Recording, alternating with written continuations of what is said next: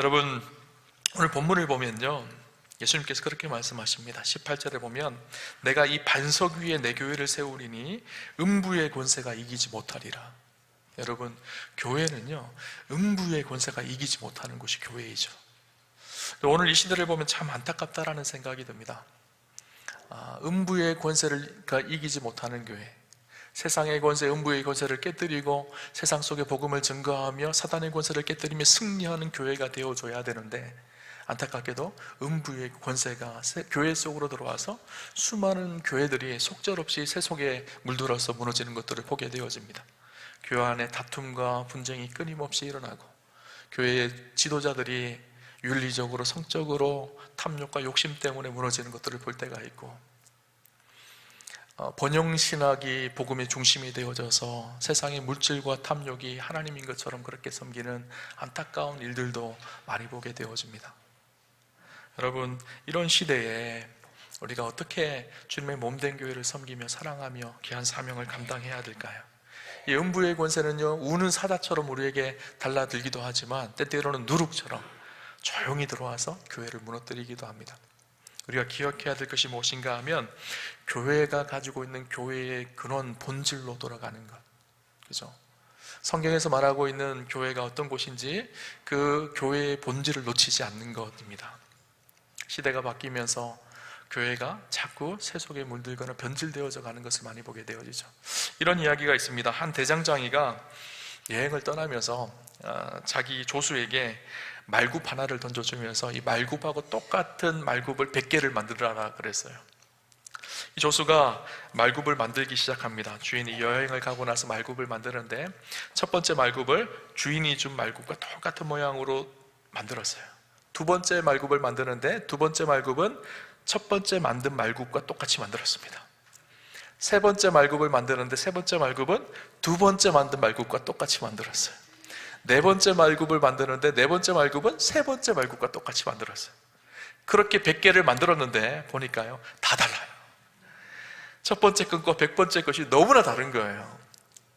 왜 그렇게 됐을까요? 원래 주인이 준 말굽에 맞춰서 모든 것을 맞췄어야 되는데, 변화된 것을 자꾸 따라가다 보니까 말굽의 본질의 모습을 잃어버린 것이죠.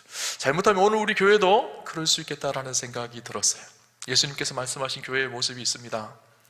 그런데 사도들이 그 예수님께서 말씀하신 교회의 모습을 따라서 교회를 세웠습니다. 그런데 그 사도들의 제자들은 사도들이 세운 교회의 모습을 보고 교회를 세웁니다. 그 제자들은 그 제자들이 만든 모습을 보고 또 교회를 세워요. 그렇게 기독교 2000년 역사가 흘러오면서 어느 순간 덧칠되어진 불순물들이 그 속에 끼어 있는 것들을 보게 되어지죠. 그러다 보니까 본질적인 생명력을 교회가 놓치는 것을 보게 되어집니다. 그래서 오늘 우리가 예수님이 말씀하신 교회의 모습이 어떤 모습인지를 다시 한번 좀 깊이 묵상하고 나누며, 우리 창립 106주년이 된 우리 우암교회가 정말 주님 앞에 기쁨이 되는 교회가 되었으면 좋겠다라는 생각이 듭니다. 그래서 오늘 설교 제목을 교회의 그 원천으로 돌아갑시다 이렇게 정해봤어요. 원천이 뭘까요? 본질과 근본을 말하죠. 단순히 역사를 회귀하라는 것이 아니라 오늘 이 시대를 살아가지만 이 시대에 정말 주님이 원하시는 교회의 모습, 성경이 말하는 교회의 모습이 어떤지를 우리가 잘 함께 나누는 은혜의 시간이 되었으면 좋겠습니다.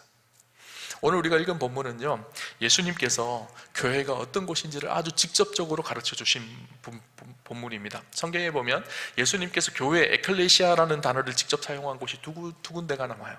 그 중에서 오늘 본문은요, 교회가 어떤 곳인지 예수님께서 말씀하신 교회의 모습의 본질에 대해서 유일하게 말하고 있는 본문이기도 합니다. 오늘 본문을 보면서요, 우리가 회복해야 될 교회의 모습이 어떤 모습인지를 함께 좀 나누려고 합니다. 먼저 주님이 말씀하신 교회는 어떤 교회인가 하면요, 교회는 바른 신앙의 고백 위에 세워진 곳입니다.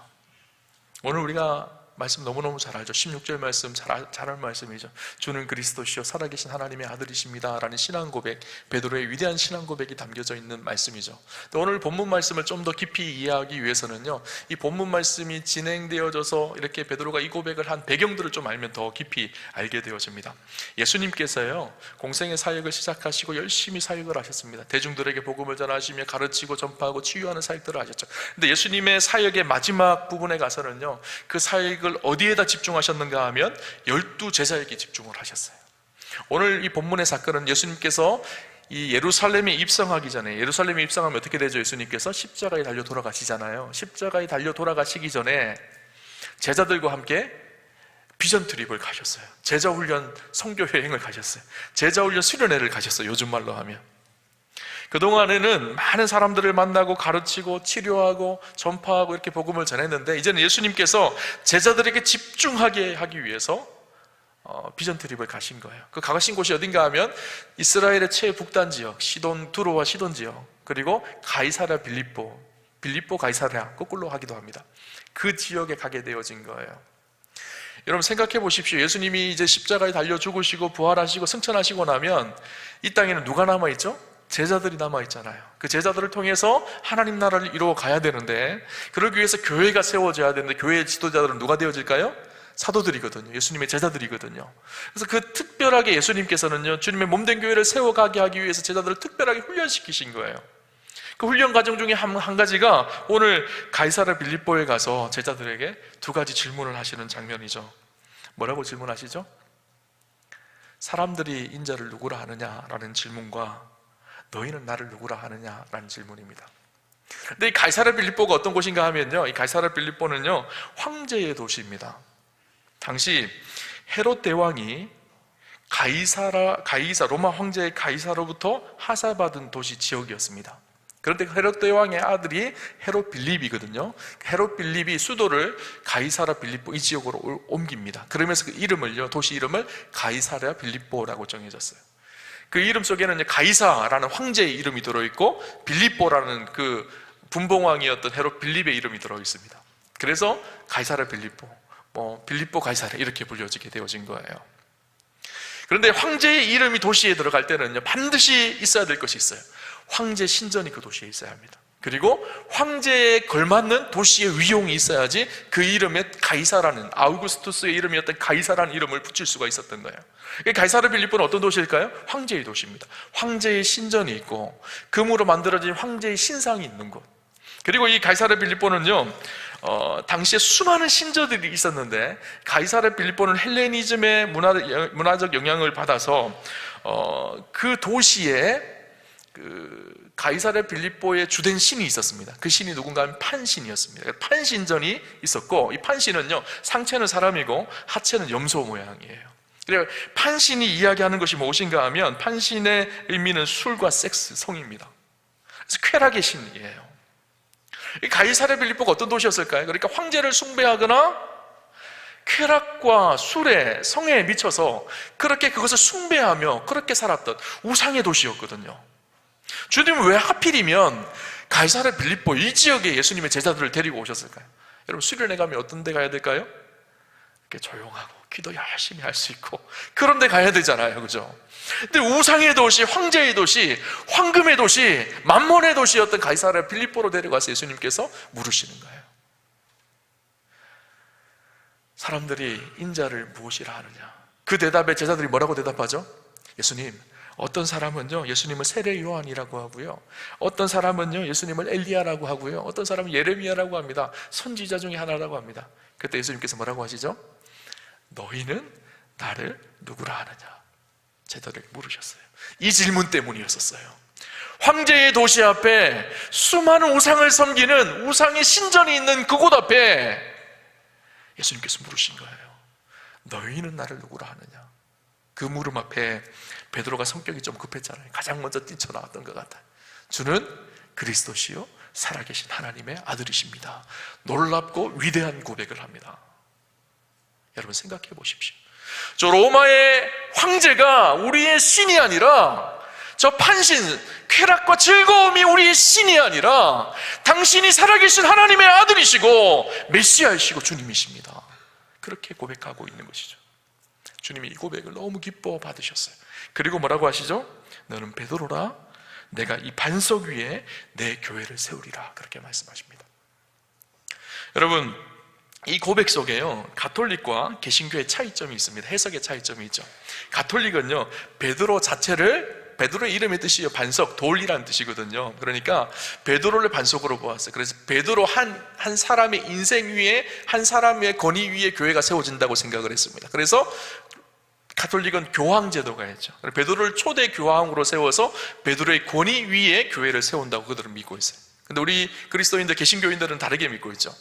베드로란 한 인생이 아니라, 베드로도 연약한 인생이잖아요. 연약한 그 한 인생 위에 교회가 세워진 것이 아니라, 베드로가 고백한 이 신앙의 고백, 결코 흔들리지 않는 주는 그리스도시요 살아계신 하나님의 아들이라는 이 믿음의 반석, 신앙의 고백 위에 교회가 세워졌다라는 것을 우리는 믿고 있죠. 여러분 생각해 보세요. 인간 베드로 위에 교회가 세워지는 것이 옳은 일인가요? 베드로가 물론 놀랍고 위대한 삶을 살았어요. 그죠? 그렇지만 베드로도 하나같이 연약한 동일한 인간이었었어요. 오늘 성경을 가만히 보면요, 의미가 있습니다. 이 예수님께서 반석 위에 교회를 세우겠다라고 하신 이 말씀에 이 반석이라는 단어가 페트라라는 헬라어 단어입니다. 제가 헬라어를 써서 죄송해요. 자꾸 어려운 말을 하는 것 같아서. 페트라라는 단어인데, 베드로는요 페트로스라는 단어입니다. 베드로의 이름의 헬라어는요 페트로스고요, 반석을 말할 때는 페트라라는 단어. 이 페트라라는 큰 안반, 흔들리지 않는 큰 바위를 말합니다. 반면에 페트로스라는 단어는요 작지는 않지만, 그렇지만 사람이 힘으로 옮길 수 있는 그런 바위를 말해요. 돌덩어리를 말합니다. 그리고 이 페트라라는 단어는 여성명사로 되어져 있어요. 헬라어는요 여성명사, 명사 속에는 여성명사가 있고 남성명사가 있는데요, 여성명사로 페트라가 되어져 있는데, 반석이 되어져 있는데, 페트로스라는 단어는요 남성명사거든요. 그래서 남성의 이름이잖아요, 베드로가. 그러니까 서로 둘이 같은 것으로 놓고 볼 수가 없는 것이죠, 원어 성경으로 보면. 그리고 여러분 베드로의 인생을 보세요. 베드로의 인생이요 사실 작은 바위 같은 인생이에요. 어쩔 때는 충성스럽게 주를 위해서 살아가는 것 같아 보이지만, 금방 마음이 흔들리고 연약한 것이 베드로의 인생이었거든요. 여러분 교회는요 베드로라는 한 인간이 위에 세워진 것이 아니라, 베드로가 고백한 신앙의 고백, 주는 그리스도시요 살아계신 하나님의 아들이시라는 믿음의 반석, 우리가 고백하는 예수 그리스도의 터 위에 세워진 것이 교회입니다. 베드로는 날마다 흔들리지만 우리의 신앙의 고백, 주는 그리스도시라는 이 놀라운 진리의 고백은 결코 흔들리지 않는 믿음의 반석인 것이죠. 교회는요 예수 그리스도의 터 위에, 그분의 반석 위에 세워진 우리의 놀라운 신앙 고백 위에 세워진 것입니다. 그럼 베드로를 볼까요? 오늘 본문 다음에 보면 어떤 이야기가 나오는가 하면, 예수님께서요 십자가에 죽으실 것에 대해서 이야기를 하세요. 베드로의 신앙 고백 뒤에 예수님께서 하신 말씀이 내가 십자가에 죽을 것이다, 그리고 다시 부활할 것이다, 이렇게 말씀하시거든요. 그때 베드로가요 막 화를 냅니다. 그러면서 22절에 보면 주여 그리하지 마옵소서, 이 일이 결코 주께 미치지 아니하리이다. 이 말이요 주여 그리 마옵소서, 이 말이요 좀 이렇게 점잖게 표현되어져 있는 것 같지만, 이 그리 마옵소서라는 단어가 힐레오스라는 단어인데, 이 단어는요 이 할릴라라는 단어에서 파생되어졌는데, 할릴라라는 단어가 어떤 의미인가 하면 대결하는 상황 속에서 절대 불가하다, 마음속에 서로 싸우면서 화가 나니까 안 됩니다 이렇게 소리치르는 그 말이에요. 베드로가 지금 예수님이 십자가에 내가 죽을 것이다, 그리고 다시 부활할 것이다 이렇게 말하니까, 아니 지금 화를 내면서 예수님 앞에, 아니 지금 무슨 소리 하시는 거냐고, 그런 나약한 소리 하지 마시라고 예수님 그렇게 말하고 있는 거거든요. 그 다음 예수님 뭐라고 말씀하시죠? 놀라운 고백이 나옵니다. 사탄아 내 뒤로 물러가라, 너는 나를 넘어지게 하는 자로다. 졸지에 놀라운 신앙 고백을 했던 베드로가 사탄이래요. 그리고 나를 넘어지게 한다, 놀라운 고백이요 넘어지게 한다라는, 넘어지게 하는 자라는 고백이, 이 넘어지게 하는 자, 넘어지다라는 말이요 스칸달론이라는 헬라어 단어거든요. 이 말의 의미 중에 하나가 무엇인가 하면 걸림돌입니다. 돌. 그렇죠? 베드로가요 어떨 때는 반석처럼 보이지만요 어떨 때는 걸림돌처럼 보이는 거예요. 여러분 우리 안에는요 베드로의 이 모습이 다 있어요.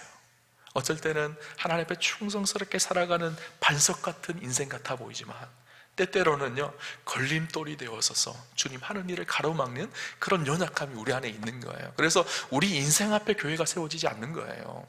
교회는요 흔들리지 않는 견고한 바위이신 예수 그리스도, 우리의 구주이시고 구세주이시고 주인 되시는 예수 그리스도를 믿는 믿음의 신앙의 고백 위에 세워진 것이 교회라는 사실을 우리가 기억하여야 합니다.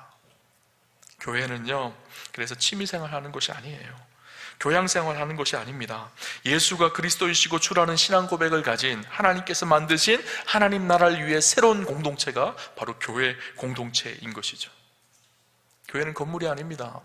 예수님께서 말씀하셨던 에클레시아는요, 눈에 보이는 건물이 아니라 예수 그리스도를 구주로 고백하는 믿음의 사람들이 모여있는 새로운 신앙 공동체가 교회인 것이죠.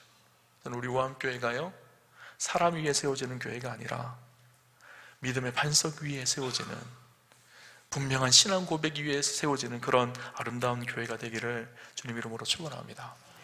그렇다면 우리가 생각해야 될 것이 있죠. 교회의 주인은 누굴까요? 담임 목사일까요? 장로님들일까요? 아니죠. 교회의 주인은 주님이십니다. 예수님이 말씀하시는 교회의 두 번째 모습이 바로 그것이에요. 주님이 말씀하신 교회는요, 예수님이 주인 되는 주님의 교회입니다. 오늘 본문을 볼까요? 18절에 이렇게 말합니다. 또 내가 내게 이르노니 너는 베드로라. 내가 이 반석 위에 누구의 교회라고요? 내 교회를 세우리니 음부의 권세가 이기지 못하리라. 누구의 교회라고요? 예수님의 교회, 주님의 교회. 교회는요, 주님의 교회예요. 사람의 교회가 아닙니다. 설립자가 주인이 아니에요. 교회 오래 다닌 중직자가 주인이 아니에요. 심지어 담임 목사도 주인이 아닙니다. 교회의 주인은요, 주님이십니다. 사도행전 20장 28절에 보면 이렇게 말합니다. 하나님이 자기 피로 사신 교회를 치게 하셨느니라. 하나님이 예수 그리스도의 십자가의 보혈로 사신 곳이 교회입니다. 교회는 예수 그리스도의 십자가의 터 위에 세워진 거예요. 그래서 교회의 주인은요, 예수님이신 거예요. 그죠? 여러분, 교회의 주인은 주님이십니다. 어떤 분이 그러더라고요. 목사님, 우리 교회는 장로교회잖아요. 그럼 교회의 주인이 장로겠네요? 그렇게 얘기하더라고요. 아닙니다. 장로교회라는 것은요, 장로님들이 계시고 당회가 있는 장로교회의 정치 방법에 따라서 우리 교회가 운영되어지기 때문에 장로교회라고 하는 거예요. 그죠? 교회의 주인은 주님이세요. 여러분, 주인이 주님이시기에 누가 드러나야 될까요? 주님이 드러나셔야죠. 그죠? 19세기 말에 미국의 몇몇 목사님들이 당시 세계 최고의 교회가 영국에 두 군데 있었는데 시티템플 교회와 터브나클 처치라는 두 교회였습니다. 그곳에 목사님들이 탐방을 갔어요. 탐방을 갔는데 먼저 시티템플 교회 당시 최고의 설교자라고 하는 조셉 파커 목사님이 목회하는 그곳에 갔습니다. 근데 조셉 파커 목사님 설교를 듣고 나왔던 사람들이 다 감탄을 합니다. 역시 조셉 파커 목사님은 정말 위대한 설교가야, 이렇게 말하면서 감탄하면서 나왔어요. 그리고 그날 저녁에 찰스 스펄전 목사님이 목회했던 터버나클 처치로 갑니다. 목사님이 설교를 듣고 예배가 끝나고 나오는데 목사님들이 다 침묵하는 거예요. 아무 말도 하지 않아요. 그리고 있다가 한 목사님이 이렇게 말을 꺼냅니다. 예수님은 정말 위대한 구주이십니다. 여러분, 어떤 교회가 좋은 교회일까요? 담임 목사가 빛나는 교회가 좋은 교회가 아니라 주님이 빛나는 교회, 예수님이 빛나는 교회, 그 교회가 건강한 교회입니다. 여러분, 교회의 주인이 사람이 되는 순간요, 교회는 세상 방식대로 흘러갑니다. 돈 많은 사람, 교회 오래 다닌 사람, 힘이 있는 사람. 교회는요, 주님의 뜻이 드러나는 곳이어야 합니다. 여러분, 그런 의미로요, 우리가 이렇게 서로 독담하셔야 돼요. 목사님, 장로님, 권사님, 교회에서 너무 나서지 마세요. 이렇게 인사하셔야 돼요. 여러분, 저를 보시고 그렇게 덕담해 주셔야 돼요. 목사님, 교회에서 너무 나서지 마세요. 그렇게 덕담해 주셔야 돼요. 여러분, 교회는요, 한 개인이 드러나는 것이 아닙니다. 교회의 주인은 주님이십니다. 때때로 목회를 하다 보면요, 담임 목사가 생각하는 고민들이 있거든요. 그런데 이게 뜻대로 되지 않을 때가 있어요. 저항에 부딪히기도 하고 제 마음대로 되지 않을 때가 있어요. 한 번은 그런 일들 때문에 마음이 좀 너무 힘들어서 기도하는데요, 하나님 그러시는 거예요. 네 교회 아니다, 내 교회다, 그렇게 말씀하시는 거예요. 제가 참 많은 깨달음이 있었던 것 같아요. 여러분, 교회는 사람의 교회가 아닙니다. 하나님의 교회, 주님의 교회인 것이죠. 그래서 우리 우암교회 최고의 지도자는 누굴까요? 우암교회 진짜 담임 목사는 누굴까요? 주님이세요. 성령님이세요. 그래서 우리 우암교회가요, 성령님께 이끌리는 교회가 되어야 합니다. 주님이 주인 되는 교회, 주님의 영광이 드러나는 교회가 되어야 합니다. 여러분, 목회자들을 위해서 기도해 주셔야 돼요. 목회자들이 주인 되는 교회가 아니라 주님의 뜻이 무엇인지를 분별하고 그 뜻대로 행할 수 있는 교회. 목회자들도 기도해야 됩니다. 주님의 뜻이 뭔지를 묻고 그 앞에 겸손하게 그 뜻 앞에 순종하는 것. 여러분, 이렇게 비유할 수 있을 것 같다는 생각이 들어요. 오케스트라 공연을 하는데 연주자들이 누구를 바라볼까요? 지휘자를 바라보겠죠. 지휘자의 손끝을 바라봅니다. 그래서 지휘자의 사인 하나에 민감하게 반응하죠. 그런데 지휘자는 여러분, 그 곡을 준비할 때 어떻게 생각할까요? 이 곡을 만든 작곡가의 의도가 무엇인지를 알아야 됩니다. 이 곡을 해석해내야 돼요. 그래서 작곡가의 의도에 가장 맞는 방법으로 연주가 진행되어질 수 있도록 조율을 해야 돼요. 여러분, 교회라는 공동체의 작곡가는 누굴까요? 주님이세요. 주님이 뜻과 계획을 가지고 교회를 세우셨어요. 그럼 지휘자는 누굴까요? 담임 목사하고 목회자들이겠죠. 주님의 뜻을 분별하여서 그 뜻대로 교회를 이끌어가기 위해서 발버둥칩니다. 그럼 성도들은 누굴까요? 목회자들의 손을 보면서 원래 주님이 만드신 그 곡의 모습대로 가장 아름답게 잘 표현해낼 때 그 공동체가 아름다운 공동체가 되거든요. 하모니를 이루는 것이죠. 그죠? 교회는 그런 곳입니다. 주님의 뜻이 있는 곳, 그 주님의 뜻이 가장 잘 실현되어지는 곳, 주님의 뜻이 드러나야 되는 곳, 그것이 교회의 공동체인 것이죠. 여러분, 우리 우암교회의 주인은 주님이십니다. 주님의 영광이 드러나고 주님의 뜻이 드러나는 거룩한 공교회의 아름다움이 우리 우암교회에 있기를 소망합니다. 근데 이 주님이 주인이라는 고백 속에는요, 또 다른 한 가지 축복의 메시지가 담겨져 있어요. 위로의 메시지가 담겨져 있어요. 왜 그럴까요? 주님이 주인이시기에 누가 책임지신다는 걸까요? 주님이 책임지신다라는 거예요. 우리가 그분을 주님, 우리의 주인으로, 우리의 주님으로 인정하는 순간 그분이 우리를 이끌어 가십니다. 우리 우암교회 106년의 역사 누가 인도해 오셨을까요? 수고하는 수많은 사람들이 있었지만 그 역사의 한복판에는 주인이신 주님이 인도하신 거예요. 그죠? 여러분, 요한계시록 2장에 보면요, 7 금초대에 대한 이야기가 나옵니다. 7 금초대를 예수님이 어떻게 나타나셨는가 하면 7 금초대 사이를 다니시는 분으로 표현되어져 있어요. 7 금초대는요, 당시 7 교회를 말합니다. 교회 사이를 다니면서 교회를 역사하고 운행하시는 분이 예수님이시라는 거예요. 저 멀리서 교회를 바라보고만 계시는 것이 아니라 개입하시고 간섭하시고 인도하시는, 그래서 그 교회의 하나님의 다스리심과 인도하심이 나타날 수 있도록 예수님께서 지키시고 인도하신다라는 거예요. 주인 되신 주님이 인도하시는 교회. 여러분, 그런 교회가 멋있는 교회입니다. 우리 우암교회가 그런 교회였으면 좋겠습니다. 마지막 세 번째는요, 교회는요, 천국의 열쇠를 가진 구원의 방주입니다. 오늘 본문을 볼까요? 19절에 이렇게 말합니다. 내가 천국 열쇠를 내게 주리니 내가 땅에서 무엇이든지 매면 하늘에서도 매일 것이요 내가 땅에서 무엇이든지 풀면 하늘에서도 풀리리라. 천국의 열쇠를 우리에게 주셨다, 그렇게 말합니다. 여러분, 열쇠가 어떤 것이죠? 여러분, 열쇠, 지금은 열쇠를 잘 안 써요. 그죠? 요새는 도어락, 그죠? 디지털로 삐삐삐삐 누르면 되잖아요. 그래서 아마 이 시대에 이 성경이 써졌으면 이렇게 됐을 거예요. 내가 천국 비밀번호를 너에게 주겠다, 이렇게 말씀하실지도 모르겠어요. 여러분, 예전에 우리가 불과 얼마 전만 해도 열쇠를 다 들고 다녔잖아요. 아파트 살았다 열쇠를 들고 다니면서 열쇠로 문을 열고 들어갔잖아요. 열쇠를 잃어버릴 때가 있습니다. 종종. 그러면 어떻게 하죠?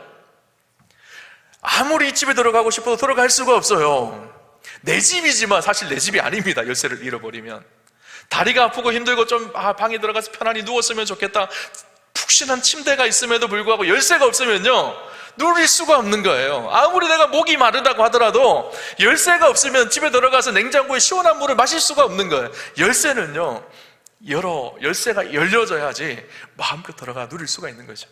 교회는요, 천국의 열쇠와 같습니다. 그래서 교회를 통해서 수많은 사람들이 하나님 나라를 경험하고 천국을 바라보고 천국 앞에 나아가게 되는 거예요. 그래서 교회의 열쇠로 문이 열려지면 수많은 사람들이 교회 공동체를 통해서 천국을 경험하고 천국으로 들어갈 수 있는 문이 활짝 열리기도 하고요, 교회가 그것을 닫아버리기도 합니다. 여러분, 교회는요, 그런 의미로 유람선이 되어서는 안 됩니다. 교회는요, 구도선이 되어야 합니다. 수많은 영혼을 살려내고 복음을 전하는, 그래서 수많은 영혼들이 교회 공동체를 통해서 천국에 들어갈 수 있도록 구원의 방주가 되어줘야 되죠. 여러분, 후안 카를로스 오르티즈 목사님이요, 그분이 쓴 책 중에서 이런 이야기를 합니다. 교회에는 두 종류의 교회가 있다. 레스토랑 처치가 있고 팩토리 처치가 있다, 이렇게 이야기했어요. 레스토랑 처치는 뭘까요? 식당 같은 교회. 그래서 어떤 사람은 교회를 식당처럼 생각합니다. 주일날 와서 설교 듣고 헌금 조금 내고 그 밥값만큼 밥값 내고 집으로 돌아가면 된다고 생각하는 거예요. 그래서 무엇인가 맛있는 걸 먹고 내가 해야 될 봉사나 섬김은 전혀 없습니다. 식당 가서 봉사하는 사람 아무도 없죠. 식당 가서 설거지하는 사람 없잖아요. 돈 내고 나오잖아요. 그것처럼 그렇게 생각해요. 반면에 팩토리 처치는 뭘까? 공장 같은 교회. 공장 같은 교회는 어떨까요? 오랫동안 그 공장을 다니면 숭룡공들이 있습니다. 숭룡공들은요, 그 일들을 할 때마다 놀라운 생산력을 만들어냅니다. 어떤 일들을 할 때 그 일들을 재생산해내고 또 만들어내고 하는 그 숭룡공들이 있는 교회, 그것이 팩토리 처치라 그러거든요. 교회는요, 오랫동안 다니면서 복음 안에 숭룡공이 되어집니다. 그리스도 안에 제자가 되어져서 변화되는 삶을 경험하고 또 다른 사람에게 복음을 전해서 그들이 그리스도 안에 새롭게 회심하고 돌아오는 재생산이 일어나는 교회, 이런 교회가 팩토리 처치라는 거예요. 우리 오암교회는 식당 같은 교회인가요? 아니면 팩토리 처치, 공장 같은 교회인가요? 저 여러분은 식당 같은 교회의 성도인가요? 아니면 공장 같은 교회의 성도인가요? 여러분, 교회는 구원의 방주가 되어야 합니다. 교회가 어떠냐에 따라서 수많은 영혼들이 주님 앞에 나와 천국에 들어가는 놀라운 은혜를 경험합니다. 교회가 천국의 문을 활짝 열 수 있는 열쇠가 되기도 하고 천국의 문을 꽁꽁 닫아버리는 일을 할 수도 있어요. 그래서 이 마태복음 23장 13절을 보면 이렇게 말합니다. 화 있을진저 외식하는 서기관들과 바리새인들이여, 너희는 천국 문을 사람들 앞에서 닫고 너희도 들어가지 않고 들어가려 하는 자도 들어가지 못하게 하는도다. 예수님께 당시 바리새인들 서기관들을 보면서 책망하시는 장면이에요. 뭐라고 책망하시죠? 너희도 천국 문을 닫고 너희도 못 들어가고 들어오려고 하는 자들도 못 들어가게 한다라는 거예요. 여러분, 당시 바리새인들 서기관들 누구죠? 유대교 종교 지도자들이에요. 그들이 해야 될 일이 무엇일까요? 수많은 사람들이 하나님 앞에 나아가 천국에 들어가야 될 일들을 열어가는 사람들이 그들이에요. 그런데 그들이 스스로 문을 닫아버리고 자기도 못 들어가게 하고 또 다른 사람들도 천국에 못 들어가게 한다는 거예요. 근데 이 일이 오늘 우리가 살아가는 교회를 통해서도 일어날 수 있다는 거예요. 우리가 날마다 싸웁니다. 날마다 교회가 다툽니다. 세상의 것으로, 세속의 것으로 가득 차 있습니다. 탐욕과 욕심이 성도들 안에 가득합니다. 세상 사람들이 교회를 보고 들어와서 예수 믿고 싶어서 들어와서 그리스도인들의 삶을 보고 예수 믿는 것 안 좋은 거네 이렇게 떠나버립니다. 그러면 어떻게 되죠? 천국 문을 스스로 닫아버리는 거예요. 여러분, 우리 오암교회가 천국 문을 활짝 열고 수많은 영혼들을 구원해내는 구원의 방주로서의 사명을 주님 오시는 그날까지 감당해 가야 합니다. 충성스럽게 그 일들을 이루어가는 우리 오암교회가 되었으면 좋겠습니다. 이것이 주님이 말씀하신 교회의 모습이었었어요. 주님이 주인 되는 교회, 신앙의 거룩한 고백 위에, 바른 신앙의 고백 위에 세워진 교회, 그리고 천국 문을 열고 수많은 영혼들을 살려내고 구원하는 교회. 하나님께서 우리 오암교회를 106년 동안 인도하셨습니다. 주님 오시는 그날까지 우리가 정말 하나님 앞에 기쁨이 되는 거룩한 교회로 든든히 서는 그런 축복과 은혜가 있었으면 좋겠습니다. 저와 여러분 함께 우리 오암교회 이런 교회로 만들어 갑시다. 같이 꿈을 꾸고 하나님 나라를 꿈꾸고 소망하며 거룩한 교회를 꿈꾸는 우리 오암의 성도님들 다 되시기를 주님 이름으로 축원합니다.